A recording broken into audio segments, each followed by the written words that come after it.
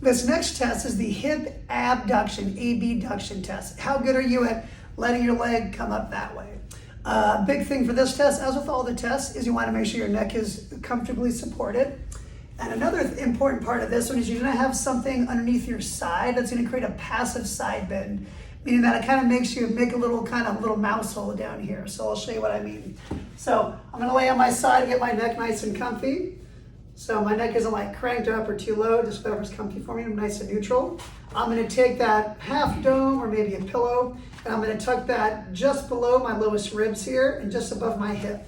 So when I do that, put that guy right there, it's going to feel like my body's kind of rainbowing over. So my bottom side is getting side bent and my top side is getting opened up.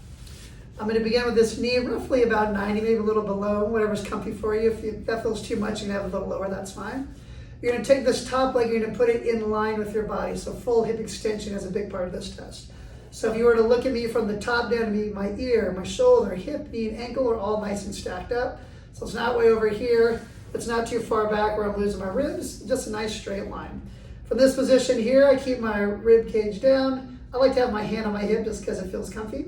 And I'm going to think about reaching that leg across the room and slowly raising that thing up to wherever that takes me, without my body rolling over, without extending my back, losing my ribs here. So I'm really thinking about reaching my leg across the room, and I slowly raise it up without letting it come forward. I try to keep that thing a straight line to wherever that goes until it gets stuck.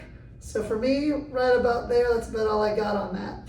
A good way to think about the numbers, if you want to kind of gently, or kind of get an idea of the measurement, I would say like parallel with the floor would be 0 degrees, 10, 20, 25, maybe 30. If I keep going past this, I'm going to start doing some weird things and try to go higher until I'm feeling the side of my butt cheek work. So again, I reach, slowly raise, wherever that takes me.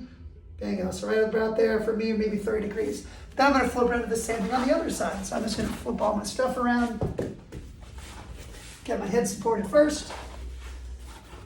And again, it's important to film these guys. It's going to give you better insight as to where you actually are.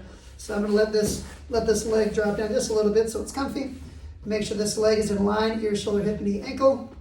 And I'm going to reach that leg and I'm going to slowly bring that guy up. Well, this side definitely feels, I think, easier. So again, my ribs are down, I'm a straight line, and reach that hip to there. So again, 0 is about parallel with the floor. 10, 20, 30.